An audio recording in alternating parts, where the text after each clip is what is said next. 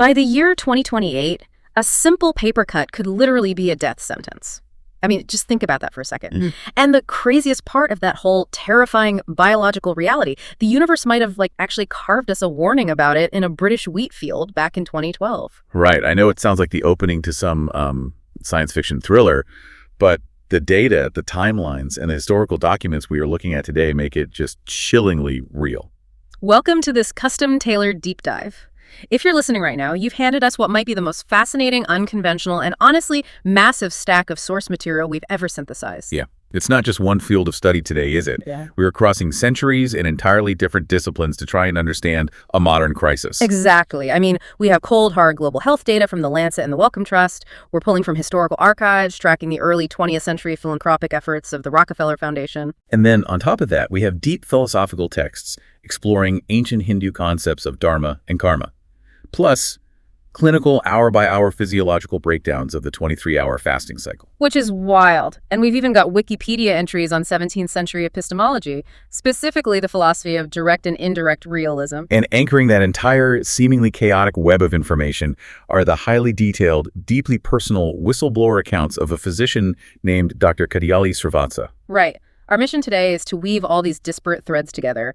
We are staring down the impending collapse of modern medicine due to antimicrobial resistance AMR, basically the era of the superbug. But we aren't just going to look at the biology of mutating bacteria, right? We are going to examine this impending collapse through the lens of ancient spiritual law, the dark history of institutional arrogance, and one doctor's relentless quest to restore human biological agency. Before we jump into the deep end, though, it's worth noting something for you, the listener. The documents you've provided contain some incredibly sharp, pointed critiques of massive political and economic systems. Yeah, they take aim at the National Health Service in the UK, the global pharmaceutical complex, and historical titans like the Rockefellers. So our role in this deep dive isn't to validate a specific political ideology or to take any partisan stance. Right. We are just acting as interpreters of this material. We're going to lay the raw data, the historical parallels, and the profound philosophical arguments out on the table for you to examine impartially. Exactly. And we have to start with the most bizarre piece of the puzzle, like the entry point. We are looking at this striking, almost unbelievable convergence between a very real biological timeline. The crisis window for global AMR collapse predicted for 2028 to 2030. Right, that timeline, and a literal cosmic anomaly, a massive crop circle that appeared in the United Kingdom in August of 2012. The visual details of this crop circle, as documented in the materials, are absolutely staggering. I mean, this wasn't some haphazard circle pressed into the wheat by teenagers with planks of wood. No, not at all. It was an incredibly complex, massive geometric formation. Specifically, it perfectly depicted the Tibetan Buddhist symbol of the endless knot. And in ancient Sanskrit texts, this specific symbol is known as the Srivatsa. The Srivatsa, which happens to be the exact surname of the whistleblower whose private logs and medical disclosures we are reading today. I mean, you cannot make that up. It's a synchronicity that absolutely demands attention.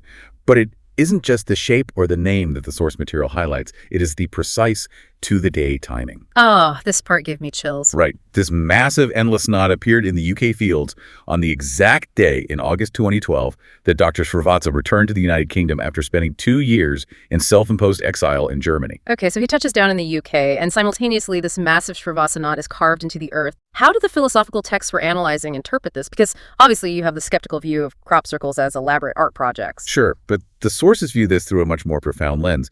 They interpret this not as a prank, but as a literal, physical, cosmic warning to humanity. Oh, warning about what, exactly? Well, the endless knot represents the inescapable, infinite intertwining of cause and effect. It is the visual representation of karma, the absolute certainty that every action eventually circles back. Wow. And the documents tie this warning directly to the socioeconomic and political climate of the UK and the NHS at that exact moment in 2012. Right, because 2012 in the UK was kind of a powder keg. The sources point out that this was a period characterized by rising unemployment, increasing homelessness, soaring crime rates. And bubbling dangerously, just under the surface, the spreading silent threat of antimicrobial resistance.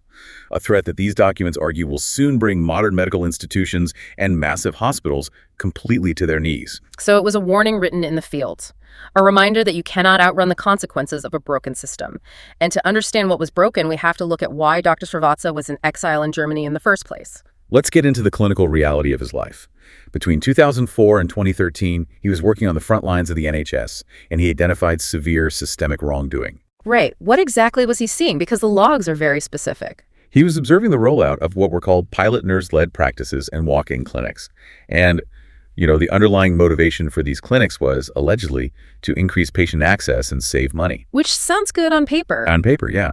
But the mechanism for doing that involved a massive shift in diagnostic responsibility. The system was essentially taking the burden of complex medical diagnosis away from fully trained doctors and placing it squarely onto nurses. No, I can hear people listening to this and thinking, wait, nurses are the backbone of the hospital. They're incredible. What's the danger there? It isn't a critique of nursing as a profession at all. It's a critique of educational foundations and systemic boundaries.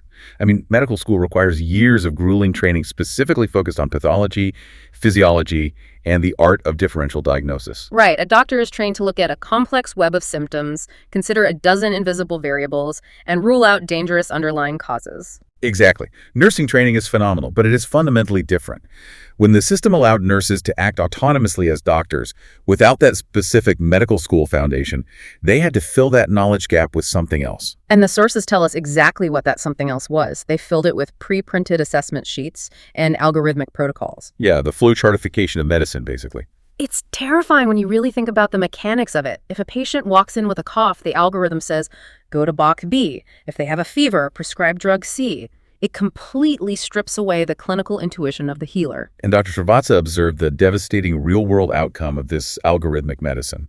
When you rely on rigid flowcharts that fundamentally misunderstand the nuances of a unique human body, the diagnoses are inevitably going to be incorrect. Yeah. He documented catastrophic misdiagnoses, prolonged illnesses, severe medical complications, and critically for the biological timeline we are tracking, the massive, entirely inappropriate overprescription of antibiotics. Because if the pre-printed sheet says fever and cough and you have 10 minutes to get this patient out the door, the easiest way to cover your liability is to just throw a Z-Pack at them. Right. You prescribe an antibiotic, regardless of whether the infection is bacterial or just a standard self-limiting virus. And this is the crux of Srivatsa's story. When he saw this pain and suffering occurring, when he identified wrongdoing by nurses and doctors that caused pain and suffering during diagnosis and treatment, he did not remain silent. He voiced his concerns. He refused to look the other way.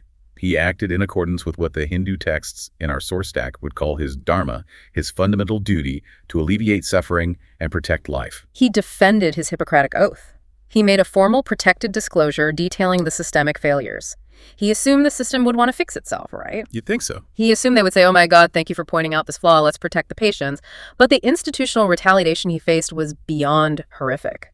Yeah, instead of correcting the errors, the institutions, his employer, the primary care trust, and the General Medical Council closed ranks. They protected the system and failed to protect the sufferers. The granular details of how they retaliated, as laid out in the documents, are just a masterclass in institutional character assassination. When a system wants to discredit a whistleblower, they don't debate the data. They attack the person. They instigated formal investigations against Dr. Srivatsa based on entirely fabricated complaints. The absurdity of the complaints is what really gets me. They claimed he made a 17-year-old girl cry over a repeat prescription. They falsely accused him of swearing at patients in Urdu, leaning into racial assumptions without a shred of evidence. Wow. They even logged formal complaints claiming he was just moaning about his £100 an hour pay, deliberately framing him as a greedy, disgruntled employee rather than a dedicated physician deeply concerned for patient safety. And ultimately, the pressure campaign worked. His contract at Wrexham Park Hospital was terminated. It was. I have to stop here because this is where the logic of the modern world just breaks down for me. I'm looking at this from the outside. And surely destroying a highly trained doctor generates more liability for a hospital if a patient eventually dies from these bad protocols, right? The math doesn't add up. Why would a health institution actively destroy a doctor who is trying to save patients? Well, it only seems illogical if you are operating under the assumption that large institutions possess a moral compass. But the sociological and philosophical arguments in the sources suggest that when institutions grow to a certain size, they undergo a fundamental mutation. A mutation into what? Their primary directive ceases to be patient care. Their primary directive becomes self-preservation. Dr. Srivatsa's documents use a very specific phrase for this: safety netting. Now, I've heard safety netting used in a clinical context, like telling a patient, if your fever spikes again tonight, go to the emergency room. That's a safety net. Right. But the institution weaponized the concept. In an administrative context, safety netting means aggressively generating a paper trail to protect the hospital or the trust from legal threats and financial ruin. Ah, I see. If the administration acknowledged Dr. Srivatsa's warnings, it would mean legally admitting to years of systemic negligence. They would be inviting massive lawsuits. So from an actuarial risk management perspective, it is infinitely cheaper and safer to neutralize the complaining doctor than to admit the system is killing people. Exactly. The institution prioritized its own legal and financial safety net over the biological lives of the human beings walking through its doors. That is incredibly bleak. It's the ultimate betrayal of the patient. But what is truly fascinating about the historical sources we're analyzing is that they prove this kind of institutional blindness didn't just spontaneously generate in the NHS in 2004. No, not at all. If you trace the roots back, Srivatsa's suppression is part of a much older, darker playbook. Exactly. The historical context provided in the sources transports us back over a century, specifically to the years 1904 and 1906 in the United States. This was the era of John D. Rockefeller Sr., his son John D. Rockefeller Jr., and their chief business advisor, Frederick Taylor Gates. They possessed unimaginable wealth, and they set out to, quote-unquote, modernize global medicine. Yeah, I feel like modernize is a very sanitized word for what actually happened. Extremely sanitized. They funded the Rockefeller Institute for Medical Research, and through their massive philanthropic power, they systematically shaped medical education to focus almost exclusively on pharmaceutical, allopathic interventions. And to do this, they had to actively eradicate the competition. They targeted folk medicine, herbalists, homeopaths, and traditional healers. And they did it through fear. They used their influence to persuade the public that anything other than their newly standardized, chemical-based allopathy was dangerous quackery. But here's the most crucial contrast the source material draws, and it is central to this entire deep dive. When Rockefeller and others associated with him caused immense pain and suffering to those herbalists, homeopaths, and other healers, Destroying their livelihoods and their ability to care for their communities. exactly, and used fear to persuade people to trust allopathy, the public remained silent and did not speak out.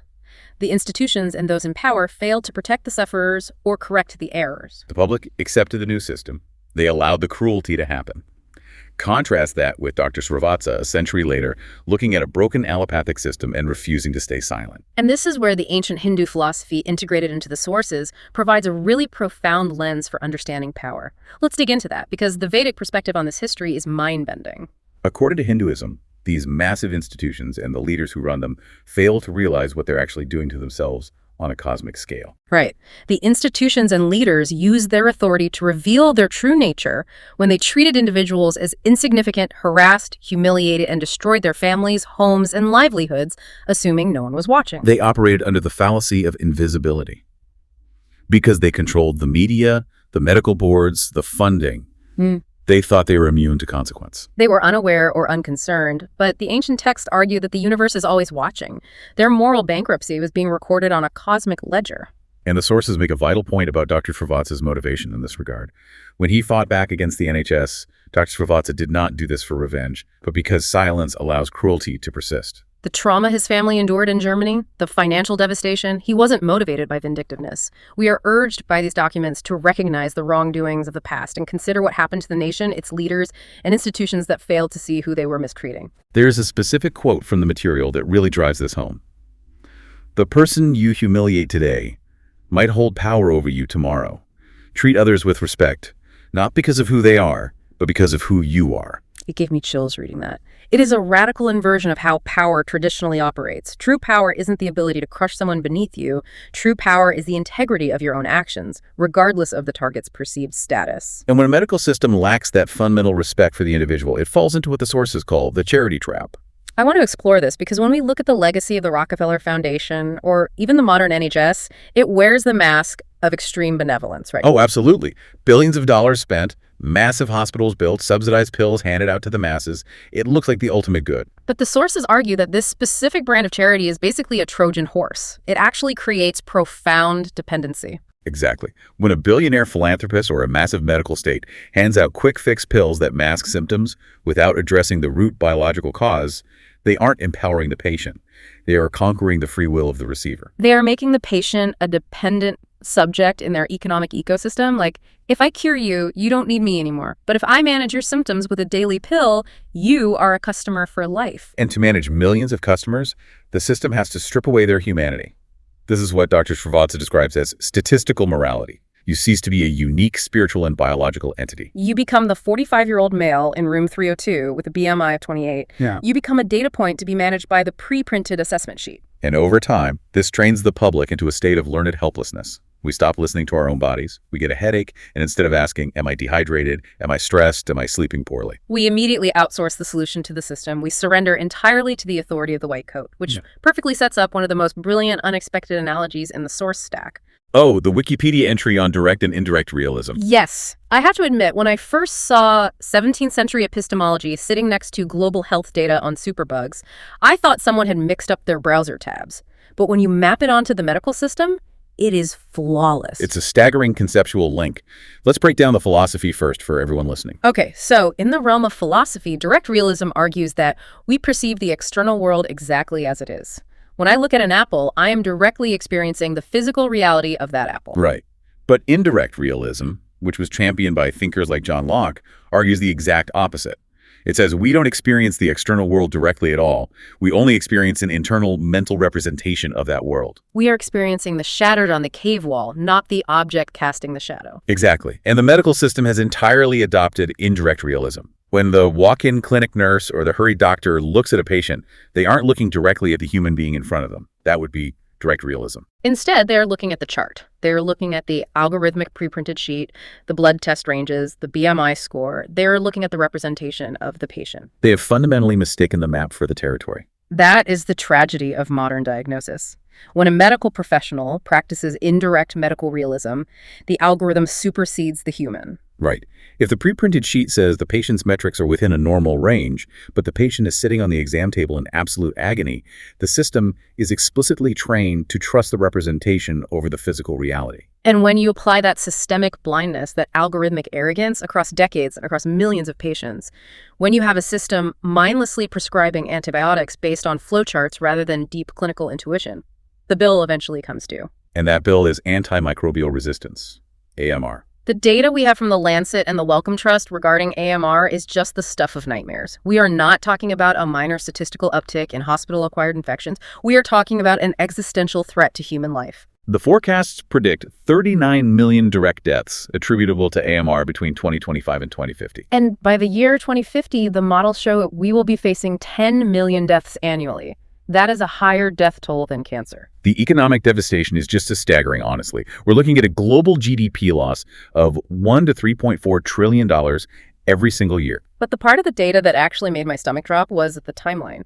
When we hear 2050, our brains categorize it as a distant sci-fi problem. But the sources explicitly state that the crucial window, the tipping point that determines whether healthcare systems completely collapse, is 2028 to 2030. That isn't the future. That is right now. It is imminent. And I think we really need to define what an AMR collapse actually looks like for the average person, because it isn't just about catching a stronger version of strep throat. Right. The sources stress that a post-antibiotic world means the absolute end of routine modern medicine. It means the end of organ transplants. Because if you can't guarantee you can fight off opportunistic infections, you cannot purposely suppress a patient's immune system to accept a new heart or kidney. Exactly. It means cancer chemotherapy becomes a death sentence. Chemotherapy destroys your white blood cells. Without antibiotics to protect you while your immune system recovers, a common cold bacteria will kill you before the cancer does. Oh, wow. It means routine joint replacements are off the table. It means safe childbirth, specifically cesarean sections, are no longer guaranteed. And the sources say the escaped pathogens are driving this. ESCAPE is an acronym that the medical journals use, and it stands for Enterococcus faecium, Staphylococcus aureus, Klebsiella pneumonia, Acinetobacter baumannii, Pseudomonas aeruginosa, and Enterobacter species. These specific bugs, along with their resistance to last resort nuclear option drugs like colistin, are quite literally bringing modern hospitals to their knees. But I want to pause here. I want to know how these single-celled organisms are defeating billions of dollars of pharmaceutical engineering. The medical journal source breaks down the microscopic mechanics of the superbug, and it reads like a briefing from a military war room. It is an evolutionary arms race, and humanity is losing because bacteria are infinitely older, infinitely more adaptable, and incredibly coordinated. The journals outline several specific defense mechanisms. First, there is enzymatic degradation. How does that work? Imagine the antibiotic is a missile fired at the bacterial cell.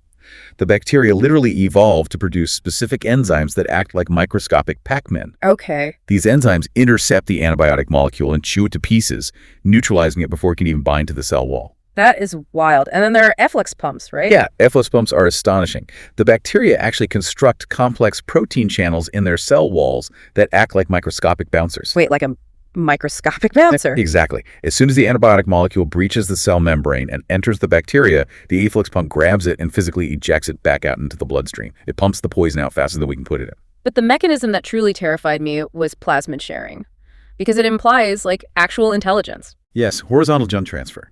Bacteria don't have to wait for random mutation over millions of years to evolve. If one single bacterium survives an antibiotic attack, it encodes that survival mechanism into a tiny ring of DNA called a plasmid. And then what? It can then physically connect to a completely different, unrelated, neighboring bacterium and share that plasmid. It's like they're emailing each other the genetic blueprint for resistance. One bug figures out how to survive, puts the code on a microscopic USB drive, and hands it to the rest of the army. It's terrifying. And finally, they use biofilm formation, where millions of bacteria lock together and secrete a physical, impenetrable slime fortress around themselves that antibiotics literally cannot penetrate. They are a highly coordinated, evolving military force. And this is where the synthesis of our source material yields its most profound, paradigm-shifting insight. Modern medicine views this entirely as a war. The prevailing logic is the bacteria are building better armor, so we must build a bigger biochemical bomb. But the philosophical and spiritual sources in our stack reframe this entirely. They view the AMR crisis not as a military failure, but as a failure of cosmic physics. This brings us back to the concept of karma, which the universe carved into that field in 2012. But the sources are very clear. We have to strip away the Western pop culture idea of karma. It is not a mystical accountant sitting on a cloud tallying up your good and bad deeds. Not at all.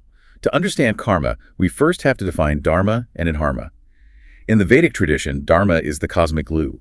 It is the sustaining natural order of the universe and biology. Right. Adharma is entropy, chaos, and the violation of that natural symbiotic order. The sources frame the rise of antimicrobial resistance as the literal physical manifestation of adharma. So if karma is essentially just the physics of cause and effect, Newton's third law applied to the spirit and the biome, how does it apply to superbugs? Well, the Hindu texts speak as two distinct types of karma relevant here. First is sanchita karma, which is stored, accumulated karma. Accumulated. For the last century, since the Rockefeller era, humanity has been accumulating a massive debt of sanchita karma through our relentless, hubristic war on biology. Ah, I see. The hoarding of massive wealth, the trillions spent on weapons of destruction, and in the medical realm, the literal carpet bombing of our internal and external biomes with broad-spectrum antibiotics. Exactly. We threw off the delicate balance of nature. We tried to eradicate instead of coexist. And the second type is prabdha karma. This is the karma that is currently ripening the bill that is coming due right now. The prabdha karma is AMR. Precisely. So what does this all mean? It means the superbug isn't some demonic entity attacking humanity out of nowhere. The superbug is the universe holding up a mirror to our own aggression. Yes. We waged an unnatural chemical war on nature, and nature is simply balancing the books. It's adapting to survive our violence. It is the ultimate tragedy of the commons realized on a microscopic biological scale. And if the root cause of this impending collapse is our reliance on external, artificial interventions that disrupt natural order, the charity trap of endless pills, then the solution must involve a radical return to self-reliance and biological balance. Which brings us to the inclusion of the 23-hour OMAD fasting cycle in our source stack. Now, when I first reviewed the materials, I was genuinely confused. I thought, why is a clinical dietary protocol sitting next to global data on superbugs and deep dives into ancient Hindu philosophy? It seems completely disconnected at first glance. Right. But the metaphor of the warehouse makes it the absolute perfect illustration of Dr. Srivatsa's point about dependency versus the power of self-healing. It really grounds the esoteric philosophy in hard, observable human physiology. Let's walk everyone through the hours of the OMAD-1 meal a day fasting cycle, because what happens in the body is a perfect microcosm of the larger societal crisis. Let's do it. So you eat your meal. For the first 4 hours after eating, your insulin levels are high. Insulin is essentially a one-way storage valve. The body is focused on storing energy, and the doors to your fat vaults are locked tight. You are running entirely on the external fuel you just consumed. Then we hit the window of hours 4 to 12. This is where ghrelin, the hunger hormone, begins to spike. Oh, that's the tough part. Right. The clinical sources note that this is the window where most modern people absolutely panic. They feel shaky, their stomach rumbles, they feel a dip in energy, and they genuinely believe they're starving. But they aren't starving. They are just addicted to easy external fuel. It's like a hybrid car that has relied on gas for so long it has completely forgotten how to engage its massive internal backup battery. That's a great analogy. And this perfectly mirrors the medical dependency we've been discussing. The panic of hunger is exactly like the panic of a minor symptom. We panic and immediately reach for a quick fix, a snack, a pill, an external intervention, rather than trusting the body's innate resilience to push through. And the true biological magic happens when you possess the wisdom and the discipline to push past that panic. Around hour 18 of fasting, the body enters a state called autophagy. This is where it gets incredible. What exactly is autophagy? Well, auto means self, and phagy means eating, self-eating. The body, having been cut off from the constant, endless external deliveries of food, realizes it needs to clean house to find energy and raw materials. So what does it do? It sends out a cellular cleaning crew, activating lysosomes and macrophages. It actively hunts down and recycles damaged proteins, clears out misfolded precancerous cells, and crucially for our discussion, it hunts down, engulfs, and dissolves dormant viruses and bacteria hiding within your tissues. It literally eats its own biological junk to build new, healthy, resilient structures. And then, at hour 20 to 22, the body releases a massive surge of human growth hormone, or HGH. The data shows spikes of up to 2,000%. This throws a protective force field around your lean muscle mass while forcing the body to burn pure fat for fuel. If we connect this clinical process to the bigger philosophical picture, the lesson is undeniable. Modern medicine and the modern Western diet treats the human body like an industrial warehouse where the delivery trucks never, ever stop. 3 meals a day, constant snacking, constant pharmaceutical interventions. Because the deliveries never stop, we never lock the warehouse doors to let the internal cleaning crew do its vital work. We actively prevent our own bodies from healing themselves because we are entirely trapped in the dependency of the charity trap. We rely on the external. Fasting in this context isn't just a diet. No, it is a biological return to Svadharma, your personal duty and your inherent natural state of being. It scientifically proves that the human body possesses a profound, almost quantum ability to heal itself, to maintain its own dharma, if we simply get out of the way. If we stop relying on profit-driven external inputs and let the machine run the way it was designed. It is the physical embodiment of reclaiming your agency. You are intentionally starving the adharma, the excess, the chaos, the dependency, and you are feeding the dharma, the natural, self-regulating order. But to make that transition, to break free from the algorithmic walk-in clinics and the charity trap, requires deep knowledge. It requires a weapon of wisdom. Which brings us to the culmination of Dr. Srivatsa's journey and the creation of Dr. Maya GPT. And here is where Dr. Srivatsa's background provides such rich context. He didn't just stumble into the role of a healer and a warrior against this system. No, the sources highlight his ancestral lineage. He belongs to the Kadiyali Brahmin family, which has deep historical links to the Uluru Kartikeya temple in Karnataka, India. The symbolism here is incredibly potent, right? Extremely. In the Hindu pantheon, Kartikeya is the deity of both war and healing. He is the divine physician who wields a specific weapon, the vel, to pierce ignorance and destroy demons, thereby protecting the cosmic order. The text we reviewed explicitly framed the AMR superbugs not just as biological bacteria, but as modern Asura's demons of chaos and entropy threatening the survival of humanity. And so Dr. Srivatsa is framed by these texts as a modern warrior wielding a new kind of weapon. The sources draw a direct parallel between him and Charaka, the legendary 2nd century BCE Indian physician. Charaka bypassed the elite, gatekeeping priests of his era by compiling massive texts on natural herbs and holistic intuition, essentially empowering everyday people to heal themselves without relying on the corrupt authorities. And where Charaka used Sanskrit texts and herbal knowledge, Srivatsa is using artificial intelligence and code in the 21st century. He created Dr. Maya GPT. And this isn't just a standard symptom checker app, is it? Not at all. It is an entire AI ecosystem designed around complex, color-coded, intuitive symptom analysis. And we have to be clear on how this works, because the goal of Dr. Maya is the exact polar opposite of the NHS walk-in clinics he blew the whistle on. The goal of the NHS algorithm was to quickly diagnose you so you could be sold a pill and pushed out the door to clear the waiting room. Exactly. The goal of Dr. Maya is to empower the patient with actual knowledge. Right. Let's look at a concrete scenario. Imagine a mother with a child who has a high fever and a sore throat. In the old system, she goes to the walk-in clinic. The nurse looks at the indirect realism flowchart, ticks the boxes for fever and throat pain, and hands the mother a prescription for amoxicillin. It takes 5 minutes. The mother feels helped, but she has just contributed to the AMR crisis for what was likely a viral infection. Now contrast that with Dr. Maya GPT. The mother inputs the specific, nuanced symptoms into the AI. Because Dr. Maya is trained on vast amounts of deep clinical data, the kind of differential diagnosis a highly trained doctor uses, it doesn't just spit out a drug recommendation. Right, it analyzes the specific presentation, perhaps noting the absence of exudate on the tonsils or the presence of a viral rash, and uses a color-coded system to visually explain the risk level to the mother. It tells her, green zone, this is a 95% probability of a self-limiting rhinovirus. Your child needs rest, hydration, and time. No antibiotics are necessary. It completely bypasses the flawed, profit-driven, liability-fearing algorithms that mistake the map for the territory.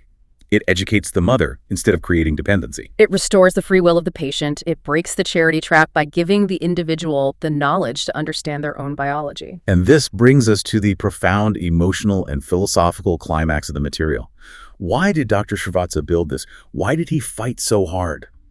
Like we discussed earlier, he did not fight the NHS for revenge. Think about what his family endured. The forced exile to Germany, the financial ruin of losing his contract, the absolute humiliation of having his character dragged through the mud with false accusations. He had every right to be consumed by vengeance. But he understood the karmic law. He didn't build Dr. Maya to get back in the primary care trust. He built it because silence allows cruelty to persist. If he walked away, the algorithmic machine would just keep churning, overprescribing, and marching humanity toward the 2028 cliff of AMR collapse. And we really have to remind everyone, act now to rectify the error. The karma of our medical system is coming due. Yes. The ultimate lesson he leaves us with, the core message regarding the institutions that tried to crush him, is that warning we read earlier. The person you humiliate today might hold power over you tomorrow. Treat others with respect, not because of who they are, but because of who you are. Srivatsa is offering humanity, and even the medical establishment itself, a choice. We have to move away from the era of kill, conquer, and rule. That kill, conquer, and rule mindset gave us the Rockefeller monopoly. It gave us the carpet bombing of our biomes. It gave us the arrogance to think we could outsmart nature with a relentless barrage of chemicals. We have to transition to an era of symbiotic relationships. We have to learn to live with bacteria. We have to support our immune systems through natural resilience, through practices like fasting and autophagy, through wisdom and knowledge, rather than relying on the brute force of antibiotics that are rapidly becoming completely obsolete. The synthesis of these incredible sources leaves us with a terrifying but empowering reality. We started this journey looking at the mysterious endless knot crop circle in August 2012, a cosmic warning mirroring the timeline of a whistleblower returning from exile. We uncovered the dark historical suppression of natural medicine and the insidious charity trap that systematically conquered our biological free will. We stared down the barrel of 39 million projected deaths from antimicrobial resistance, a crisis fueled entirely by institutional safety netting and the blindness of indirect realism. And we discovered that the cure, whether it's found through the cellular house cleaning of autophagy or the digital empowerment of tools like Dr. Maya, lies entirely in reclaiming our biological and spiritual independence. The message from the source material is clear and incredibly urgent. As we said, act now to rectify the error. The karma of our broken medical system is coming due, and the 2028 window is closing fast. We can no longer afford to remain silent, and we can no longer afford to outsource our health to algorithms. Which leaves us with one final provocative thought to mull over. Something buried deep in the sources that we haven't deeply explored yet, but ties this entire cosmic and biological web together perfectly. The placebo effect. Yes, the faith index. Western allopathic medicine has always dismissed the placebo effect as a trick, a statistical nuisance that ruins drug trials. But what if we look at it through the lens of quantum physics? Right, if the observer effect is real, if human attention actually collapses probability into reality, and if our brains possess the biological machinery to release actual physical endogenous opioids simply because we believe we are receiving care. It raises a universe-altering question. What happens when millions of people shift their belief away from a broken, profit-driven, failing medical system and redirect that immense quantum power, that faith index, back into their own bodies? What happens when humanity collectively realizes that the ultimate power to heal has always been ours? If the murky diagnostic waters of our modern healthcare system are failing, if the antibiotics are losing the war, maybe it's time we stop looking for an external chemical savior to rescue us and start trusting the ancient blueprint written into our own biology. It really makes you rethink everything. It does. Thank you for taking this deep dive with us today. Remember, health is knowledge, and knowledge is free will.